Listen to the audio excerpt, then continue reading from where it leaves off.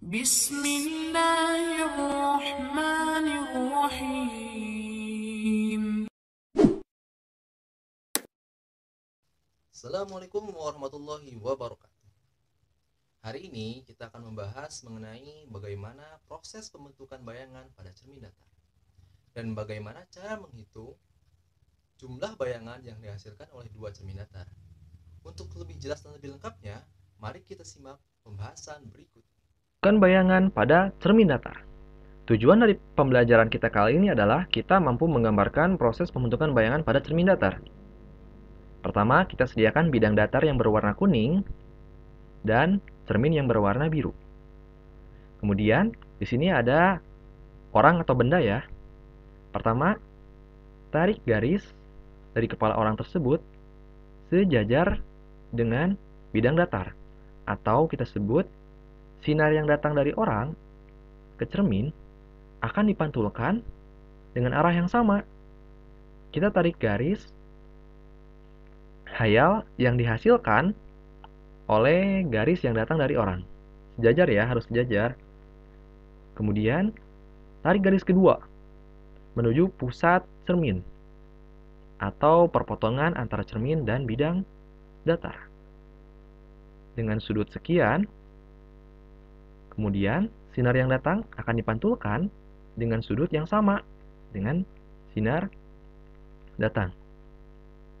Setelah itu, dengan cara yang sama kita tarik garis patah-patah ya, atau disebut dengan garis hayal. Kemudian lihat perpotongan antara dua garis hayal, kita dapatkan titik tengahnya. Kita gambar orang di sini.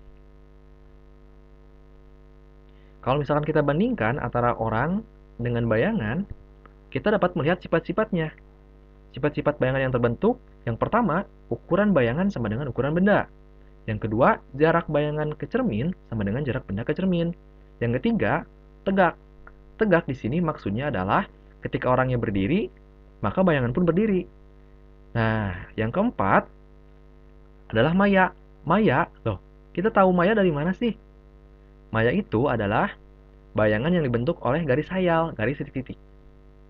Kalau misalkan sekarang sudah paham, silahkan kalian lakukan sendiri di rumah ya. Lakukan dengan cara menggambar bayangan yang dibentuk oleh cermin datar. Kemudian yang berikutnya adalah bayangan dua cermin datar.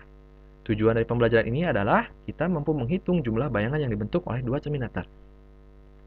Percobaannya silahkan kalian taruh dua cermin, kemudian taruh benda di antara dua cermin dengan sudut 120 derajat.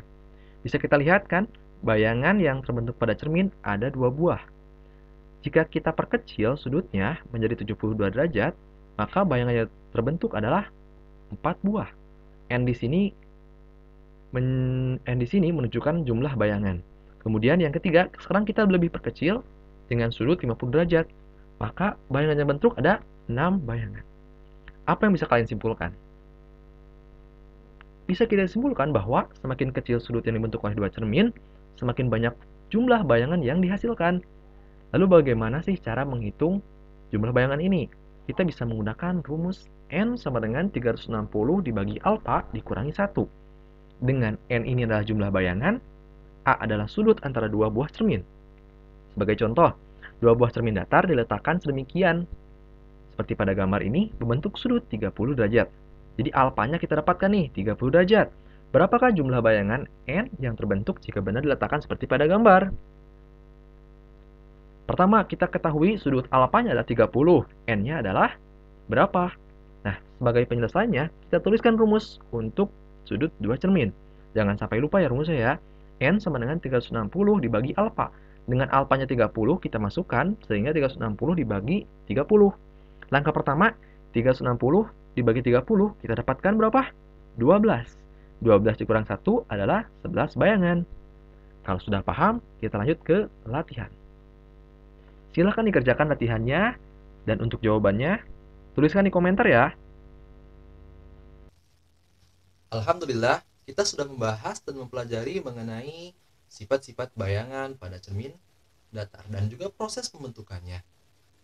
Untuk lebih memahami bagaimana cara ataupun proses pembentukan pada cermin datar, silahkan kalian ulangi lagi dengan tahap-tahap yang sudah dijelaskan sebelumnya. Pertemuan kali ini sampai sini dulu. Assalamualaikum warahmatullahi wabarakatuh.